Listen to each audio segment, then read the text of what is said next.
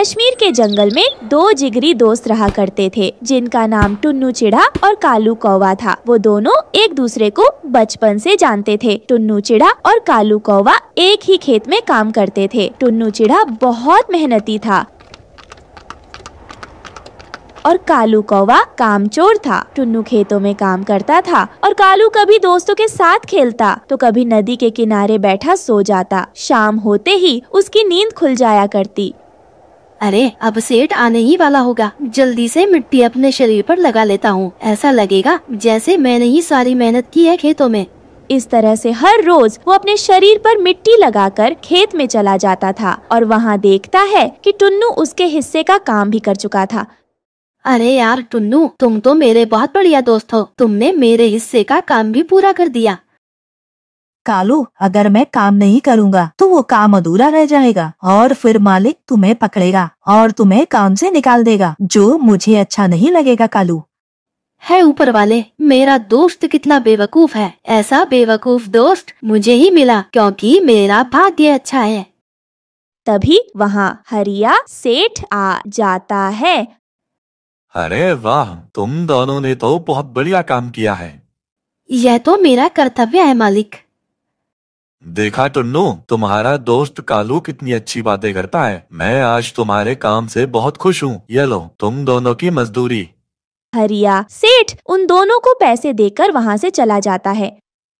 देखा टुन्नू, तुम्हें भी मेरी तरह चालाक होना होगा। काम काज किए बिना दिहाड़ी कैसे वसूली जाए, ये मुझसे सीखो। मैं अच्छा दोस्त हूँ इसलिए बता रहा हूँ तुम्हें।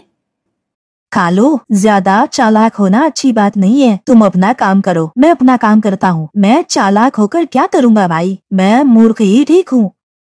टुन्नू और कालू दोनों शादीशुदा थे। टुन्नू की पत्नी रानो चिड़िया और कालू की पत्नी गोरी कौवी थी। सब काम खत्म करने के बाद टुन्नू अपनी पत्नी रानो के साथ बैठ जाता है।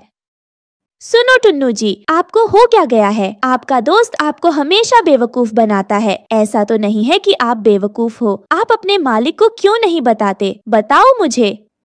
देखो रानो, तुम नहीं जानती हो मेरा बचपन कैसे बीता है। कालू के माँ बाप नहीं होते तो मैं भूखा मर जाता। आज मैं जो कुछ भी हूँ उसके माता पिता के कारण ही हूँ। मैं कालू के माता पिता के कारण ही कालू की सारी गलतियाँ माफ कर देता हूँ और उसके हर गलत काम पर पर्दा डालता हूँ ताकि उसको कोई नुकसान न पहुँचे। लेकिन टुन्नू जी, आप ही सारा दिन खेत में सारा काम करते हो। आपने तो उस कालू कौवे को तो आलसी बना दिया है। अरे रानो, समझेगा एक दिन, कालू खुद ही समझेगा, मुझे पूरा विश्वास है। इधर कालू अपनी पत्नी गोरी के साथ बैठकर टुन्नू चिढ़ा के बारे में बातें करता है। सुनो गोरी, वो टुन्नू है ना, बेकार में ही सारा दिन खेत में मेहनत करता है। मैंने कहा उसे कि मेरी तरह चालाक बनो, पर वो तो मेरी बात मानता ही नहीं। कालू जी, अगर वो आपकी बात नहीं मानता तो आप उसे बताते ही क्यों हो? वो मेरे साथ ऐसे ही बर्ताव करता है, मुझे बहुत बुरा लगता है। बचपन से ही मेरे माता पिता ने उसे मेरे भाई की तरह रखा है। अब बताओ मैं क्या करूं? टुन्नू चिढ़ा का सीधापन कालू के लिए बेवकूफी थी, लेकिन टुन्नू अपनी ईमानदारी के साथ ही जीता था। एक दिन कालू और टुन्नू जंगल के रास्ते से गुजर रहे होते हैं। तभी टुन्नू चिढ़ा की नजर एक साधु बाबा पर पड़ती है। साधु बाबा अपनी तपस्या में मग्न थे। तभी टुन्नू को वहाँ एक सांप दिखाई देता है। अरे यार कालू, वो देख सांप। तो हम क्या करें उस सांप का? कालू, हमें कैसे भी करके उस साधु बाबा को बचाना होगा, वरना वो सांप उन्हें काट लेगा। ये कहकर टुन्नू चिढ़ा अपने सिर से गमछा निकालकर उस सांप को पकड़ लेता है और उस सांप को गमछे में दबाकर बोलता है, कालू, मैं इस सांप को जल्दी से कहीं दूर छोड़ कर आता हूँ। ठीक है, मैं यही तुम्हारा इंतजार करूँगा। टुन्नू चिढ़ा गमछे में सांप को लपेटकर दूर जंगल लेकर चला जाता है और इधर साधु बाबा की आंखें खुलती हैं और उनके सामने कालू खड़ा होता है। कौवे, क्या हुआ यहाँ पर? क्या चल रहा है, बताओ मुझे। तभी कालू अपने मन में सोचता है, टुन्नू यहाँ पर नहीं है। मैं साधु बाबा से बोल देता हूँ कि मैंने ही उस सांप को पकड़ा है। हाँ, ये बिल्कुल सही रहेगा। अरे साधु बाबा, आप तपस्या में लीन थे, सांप आपको काटने ही वाला था। मैंने उस सांप को पकड़ा और मेरा जो दोस्त टुन्नू है वो उसे जंगल में छोड़ने गया है। तभी उसका दोस्त टुन्नू चिढ़ा भी वहाँ आ जाता है। यह कौवा बहुत झूठ बोलता है। मैं इसके मन को बाहर से ही पढ़ सकता हूँ। सांप को तो इसके दोस्त ने पकड़ा है, किंतु इसके मन में क्या है बोल नहीं पा रहा है। इसको सबक सिखाना ही पड़ेगा। अरे वाह, तुम तो बड़े हिम्मत वाले हो। तुम दोनों ने मुझे बड़े संकट से बचाया है, इसलिए मैं तुम दोनों को एक एक वरदान दूंगा। और पहला वरदान है, तुम दोनों में से किसी एक को मैं एक पेड़ देना चाहूंगा। उस पेड़ को तुम्हें मिट्टी और जल अर्पण करके बड़े प्यार से बड़ा करना होगा। वो पेड़ तुम्हारी मेहनत का तुम्हें फल देगा। और दूसरा वरदान क्या है बाबा? और दूसरा वरदान है पैसों से बना हुआ घर, जिस घर में सिर्फ पैसा सोना चांदी होगा। बोलो तुम्हें कौन सा वरदान चाहिए, पैसों से बना घर या पैसे देने वाला पेड़? बोलो बेटा, तुम्हें क्या चाहिए? बाबा आप मुझे पेड़ दे दीजिए, मैं उसे पानी देकर अपने हाथों से सींचूंगा और जब वो बड़ा होगा तो मैं अपनी मेहनत के फल का आनंद लूंगा। अरे बाबा, मुझे तो पैसों से बना घर ही चाहिए। मेरा दोस्त तो हमेशा बेवकूफ ही रहेगा। बेवकूफ ने पेड़ मांगा है। अब सुनिए बाबा जी, मुझे पैसों से बना घर चाहिए। तथास्तु।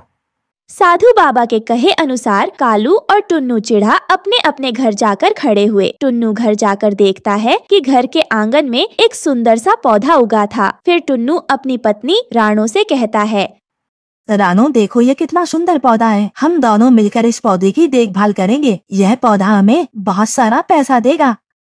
क्या पैसे का पौधा? हाँ, साधु बाबा ने तो यही कहा है, हम इसकी अच्छे से देखभाल करेंगे।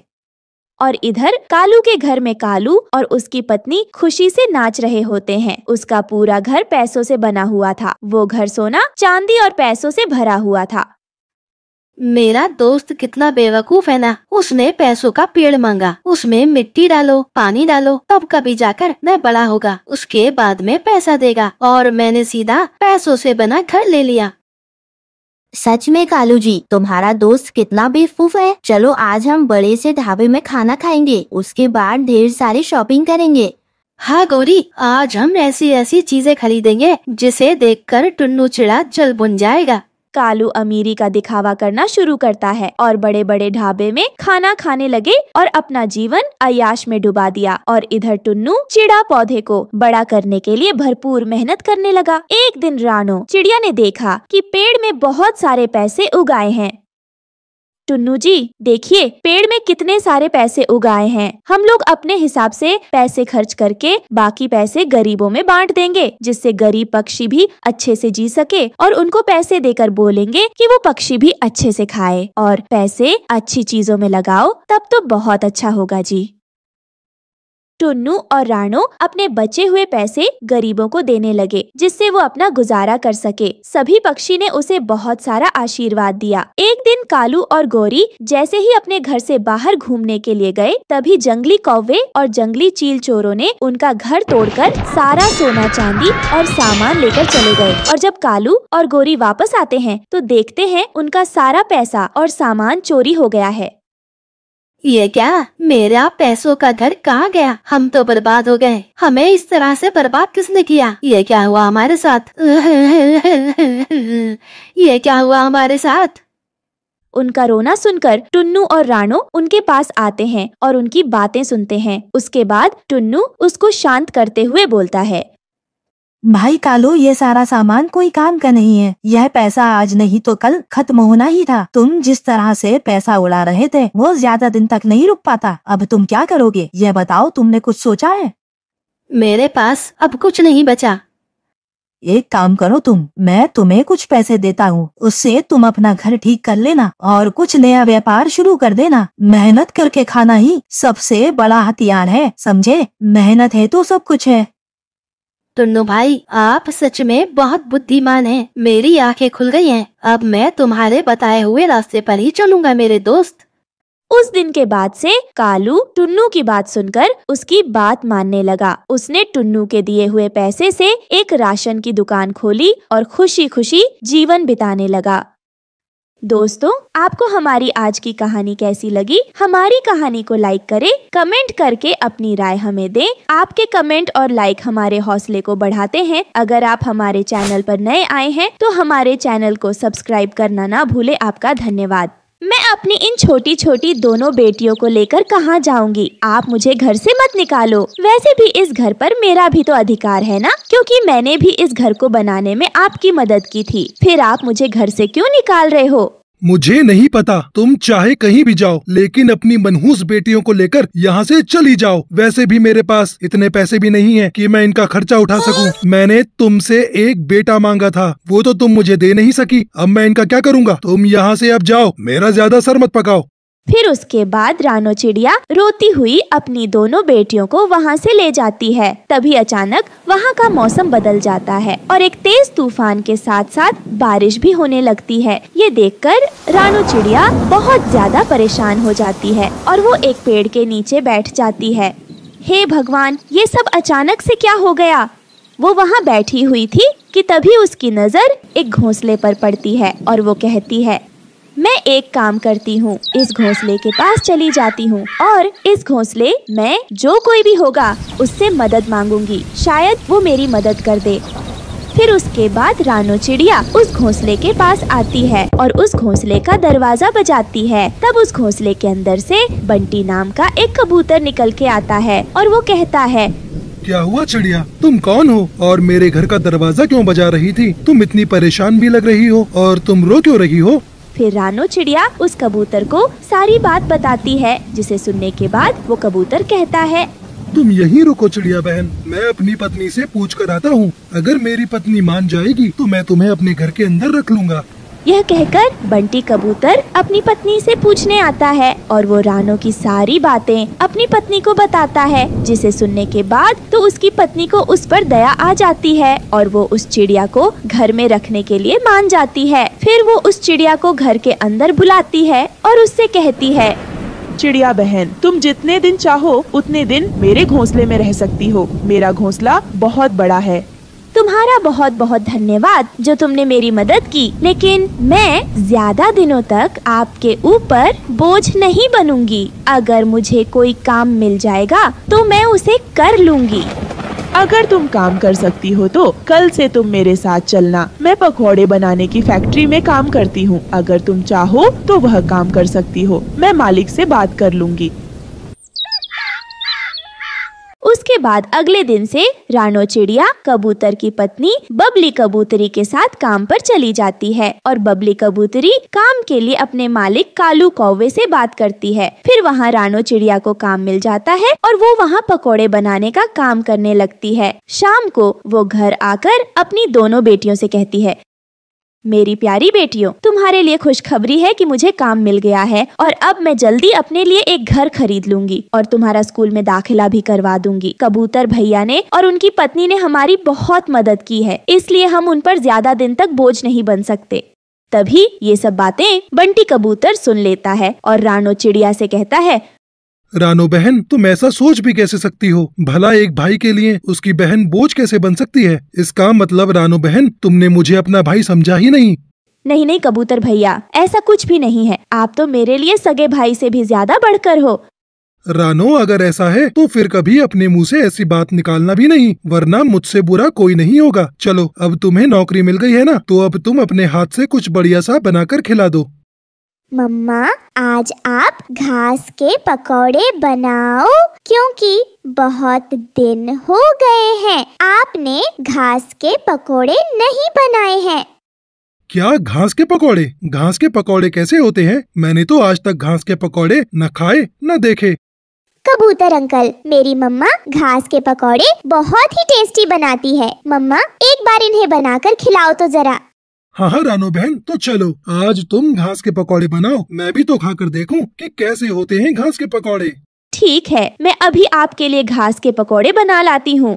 फिर कुछ ही देर में रानो चिड़िया घास के पकौड़े बना लाती है। तब सभी घास के पकौड़े बड़े चाव से खाते हैं। तभी खाने के बाद कबूतर कहता है, वाह रानो बहन, सच में तुम्हारे ये घास के पकौड़े तो बहुत टेस्टी हैं। मजा आ गया इन्हें खाकर तो। कबूतर अंकल, मम्मा के हाथों के बने घास के पकोड़े होते बहुत टेस्टी हैं, इसीलिए तो हमें बहुत पसंद आते हैं। रानो बहन, तुम तो बेकार में किसी दूसरे के यहाँ काम करने जा रही हो। मैं तो कहता हूँ कि तुम खुद की ही इसी घास के पकौड़े की दुकान खोल लो, तुम्हारी दुकान खूब चलेगी। नहीं नहीं कबूतर भाई, मुझे काम मिल गया है ना, तो मैं उसी में खुश हूँ। मैंने तो कभी इसके बारे में सोचा ही नहीं था। फिर उसके बाद रानो चिड़िया अपने काम पर आ जाती है और रानो चिड़िया बहुत ही मेहनती थी, इसलिए वो अपना काम अच्छे से करती थी और वहाँ उसके कई दोस्त भी बन गए। ऐसे ही समय बीतता गया और रानो चिड़िया को 1 महीना हो जाता है। तब उसे उसके काम के पैसे मिलते हैं। तभी दुकान का मालिक कालू कौवा रानो चिड़िया से कहता है, ये लो रानो तुम अपने काम के पैसे, और हाँ ये कुछ पैसे एक्स्ट्रा भी ले लो, ये तुम्हारी बेटियों के खर्च के लिए, क्योंकि मुझे बबली बहन से पता चला है कि तुम किसी मुसीबत से गुजर रही हो। लेकिन मालिक जी, इस सब की क्या जरूरत है? रानो तुम इन पैसों से अपने बच्चों के लिए खिलौने ले जाना, वैसे भी तुम्हें पहले महीने की तनख्वाह मिली है ना, तो तुम्हारे बच्चे भी खुश हो जाएंगे। फिर रानो उन पैसों से अपनी बेटियों के लिए मिठाई और खिलौने ले आती है, जिन्हें देखकर उसकी बेटियां बहुत खुश होती हैं। ऐसे ही समय बीतता गया और सब कुछ अच्छा चल रहा था। फिर एक दिन फैक्ट्री का मालिक सबको बुलाकर कहता है, मुझे आपको ये बात बताने में बहुत दुख हो रहा है, लेकिन क्या करूं, बताना पड़ेगा कि हमारी फैक्ट्री अब बंद होने वाली है, क्योंकि ये पहले से ही बहुत लॉस में चल रही थी। लेकिन फिर भी हमने सोचा कि समय के साथ साथ सब ठीक हो जाएगा, लेकिन हमारी बुरी किस्मत कुछ भी ठीक नहीं हुआ और अब हम ज्यादा नुकसान बर्दाश्त नहीं कर सकते, इसलिए हम इस फैक्ट्री को बंद कर रहे हैं। तो आप सभी कहीं और अपना काम देख लीजिए। यह सुनकर तो सभी काम वाले पक्षी बहुत दुखी हो जाते हैं और रानो चिड़िया भी बहुत दुखी होती है। हे भगवान, अब हम क्या करेंगे? हमारे पास तो कोई और दूसरा काम भी नहीं है, पता नहीं अब क्या होगा। फिर रानो चिड़िया और भी जगह काम ढूंढना शुरू कर देती है। वो कई पक्षियों के पास काम मांगने जाती है, लेकिन उसे कहीं भी काम नहीं मिलता और ऐसे ही 1 हफ्ता बीत जाता है। अब रानो चिड़िया बहुत ज्यादा उदास रहने लगी थी। तब बंटी कबूतर उससे कहता है, क्या हुआ रानो बहन, तुम इतनी उदास क्यों हो? क्या तुम्हें आज भी काम नहीं मिला? हाँ कबूतर भैया, आज भी मैं कई पक्षियों के पास गई थी, लेकिन कहीं काम नहीं मिला और सबने कह दिया कि अभी हमें जरूरत नहीं है, जब जरूरत होगी तब बता देंगे। कबूतर भैया, अब तो मेरे पास ज्यादा पैसे भी नहीं बचे हैं, अब मैं अपने घर का खर्चा कैसे चलाऊंगी? बहन, मैं तो तुमसे पहले ही कह चुका हूँ कि तुम अपने घास के पकौड़े बेचना शुरू कर दो। तुम्हारे पकौड़े इतने टेस्टी हैं कि सब पक्षी खूब खाएंगे, और तुम उसके साथ साथ हरी पुदीने की चटनी और चाय भी देना। सब पक्षी तुम्हारी तरफ खिंचे चले आएंगे और उसमें मैं भी तुम्हारी मदद कर दिया करूँगा। तुम एक कदम आगे तो बढ़ाओ। लेकिन कबूतर भाई, मेरे पास इतने पैसे भी तो नहीं है कि मैं एक ठेला लेकर पकौड़े बेच सकूं। रानो, तुम पैसों की चिंता मत करो, पैसे तुम मुझसे ले लेना। नहीं कबूतर भैया, आपने मेरी पहले बहुत मदद की है, अब मैं आप पर और बोझ नहीं बनना चाहती। आपने मुझे काम भी दिलवाया और रहने के लिए घर भी दिया, बस इतना ही काफी है मेरे लिए।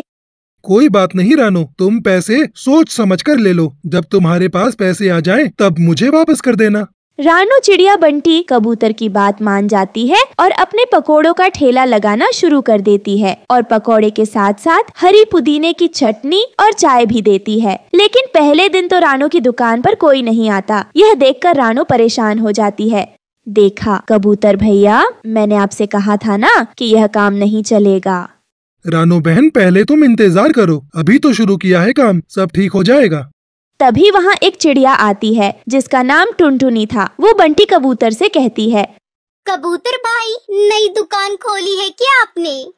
हाँ टुनटुनी बहन, आज ही नई पकौड़े की दुकान खोली है, खा कर देखो पकौड़े कैसे हैं। हाँ हाँ, लाओ पकौड़े, खिलाओ तो जरा, मैं भी तो देखूं कैसे ही पकौड़े। हाँ हाँ टुनटुनी बहन, खा कर देखो, घास के पकौड़े हैं, मजा आ जाएगा, बहुत ही टेस्टी हैं और साथ में गर्मा गर्म चाय भी है। फिर टुनटुनी चिड़िया घास के पकौड़े खाती है और साथ में चाय भी पीती है। टुनटुनी चिड़िया को वो पकौड़े बहुत अच्छे लगते हैं। फिर वो बंटी कबूतर से कहती है, अरे वाह कबूतर भाई, ये पकोड़े तो बहुत ही टेस्टी है। ये घास के पकोड़े तो मैंने पहली बार खाए हैं। इसी बात पर तो मुझे एक और प्लेट दे दो। फिर टुनटुनी चिड़िया और पकौड़े खाती है और वो जंगल में जाकर सभी पक्षियों को घास के पकौड़े के बारे में बताती है और रानो चिड़िया की खूब तारीफ करती है। फिर क्या था, सभी पक्षी रानो चिड़िया की दुकान पर घास के पकौड़े खाने आते हैं। उसके बाद रानो चिड़िया की बहुत अच्छी कमाई होने लगती है और वो इतने सारे पैसे देखकर बहुत खुश होती है। फिर रानो चिड़िया अपने लिए एक घर खरीद लेती है, जिसमें वो अपनी दोनों बेटियों के साथ खुशी खुशी रहने लगती है। जंगल में सभी पक्षी बहुत अच्छे से रह रहे थे। उन दिनों दाने की कमी न होने के कारण सभी बहुत मजे में थे। सर्दियां आ चुकी थीं, जिसकी वजह से पक्षियों के बच्चे बीमार होना शुरू हो गए थे। सभी बच्चों के मामा पापा उनको डॉक्टर तोताराम के पास ले जाते थे, जिससे वो ठीक हो जाते थे। कौवे का बच्चा भी बीमार हो गया था। कौवा अपने बच्चे को लेकर बहुत चिंतित था। कौवे ने अपने बच्चे को ठीक करने के लिए सारे टोटके लगा ली, लेकिन जग्गू तो ठीक होने का नाम ही नहीं ले रहा था। कालू, तुम हमेशा आलसी ही रहना। तुम्हें हमारे बच्चे की जरा भी परवाह नहीं है। कब से जग्गू बीमार पड़ा है, मजाल है तुम उसे डॉक्टर तोताराम के पास लेकर जाओ। शुरू हो गए तुम्हारे ताने, जरा भी सुकून न लेने देना तुम मुझे। कालू जग्गू को लेकर डॉक्टर तोताराम के क्लिनिक पे चला जाता है। डॉक्टर तोताराम, देखे मेरे बच्चे को पता नहीं क्या हुआ है। पिछले 2-3 दिन से कुछ खा पी भी नहीं रहा है। आप प्लीज इसको चेक करें, देखिए इसे क्या हुआ है और इसे दवाई दें ताकि ये ठीक हो जाए। मैं तो अपने बेटे के लिए बहुत ज्यादा परेशान हूँ। हाँ, चेक तो मैं कर ही लूँगा, लेकिन पहले ये बताओ कि तुम मेरी फीस लाए हो, क्योंकि फीस के बगैर इलाज तो मैं नहीं करता। अगर तुम फीस नहीं लाए तो यहीं से वापस चले जाओ, क्योंकि मैं इसका इलाज नहीं करने वाला। डॉक्टर तोताराम, आप फिक्र ना करें। मुझे पता है कि आप फीस के बगैर इलाज नहीं करते, इसलिए ये देखिए मैं आपकी फीस भी लाया हूँ। ये देखिए 2 अमरूद। अब आए ना तुम लाइन पर। अब मैं तुम्हारे बच्चे का चेकअप करता हूँ और दवा भी देता हूँ। कल तक ये ठीक हो जाएगा और भागता फिरेगा। ये लो 2 शीशियाँ हैं, एक सुबह पिलानी है और एक रात को। याद रखना, फिर ये बिल्कुल ही ठीक हो जाएगा। जग्गू की दवाई लेकर कालू कौवा वापस अपने घोंसले में आ जाता है।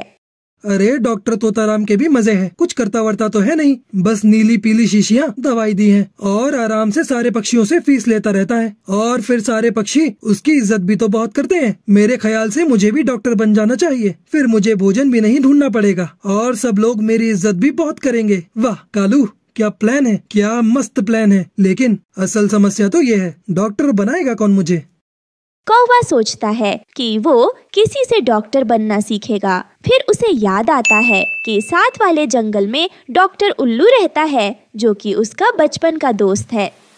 हाँ, मैं डॉक्टर उल्लू के पास ही जाता हूँ। आखिर बचपन का दोस्त है मेरा। उसे बोलता हूँ मुझे 1-2 दिन के अंदर ना डॉक्टर बना दे। बस फिर मैं अपने जंगल में आऊँगा और सुकून से डॉक्टर बनके जिंदगी गुजारूंगा। अपना भोजन ढूंढने भी नहीं जाना पड़ेगा और इज्जत वो अलग। ये सब सोचकर कौवा दूसरे जंगल की तरफ चला जाता है और वो सीधा उल्लू के पास जाता है। अरे यार, कुछ कहना है मुझे तुमसे। प्लीज यार, तुम मुझे डॉक्टर बना दो ना। 1-2 दिन में मुझे सारा कुछ सिखा दो कि डॉक्टर कैसे होते हैं। फिर मैं सारा कुछ सीख के अपने जंगल में चला जाऊंगा और सारे पक्षियों का इलाज करूंगा। अरे कालू मेरे दोस्त, डॉक्टर बनना इतना आसान नहीं है, इसमें तो बहुत मेहनत लगती है। अगर डॉक्टर बनना इतना आसान होता तो जंगल के सभी पक्षी डॉक्टर ही होते और तुम्हें लगता है 1-2 दिन में बन जाओगे। पहले तो मुझे ये बताओ, तुम्हारे शैतानी दिमाग में डॉक्टर बनने का ख्याल कहाँ से आ गया? बचपन के दोस्त हो तुम मेरे, पता है मुझे। कोई ना कोई खुराफात चल रही होगी तुम्हारे दिमाग में। देखो मेरे दोस्त, हमारे जंगल में ना एक डॉक्टर है, तोताराम। कुछ भी नहीं करता वो। सारे पक्षी उसके पास जाते हैं, इतनी इज्जत करते हैं उसकी, उसको खाना भी लाकर देते हैं और बस वो क्या करता है, नीली पीली शीशी देता है और सब ठीक हो जाते हैं। बस खूब मजे हैं भाई उसके तो। समझ गया कालू, मुझे पता ही था तुम्हारे दिमाग में जरूर कोई शैतानी चल रही होगी। ऐसा ही है, पर ये बहुत जोखिम वाला काम है। डॉक्टर बनना आसान नहीं है।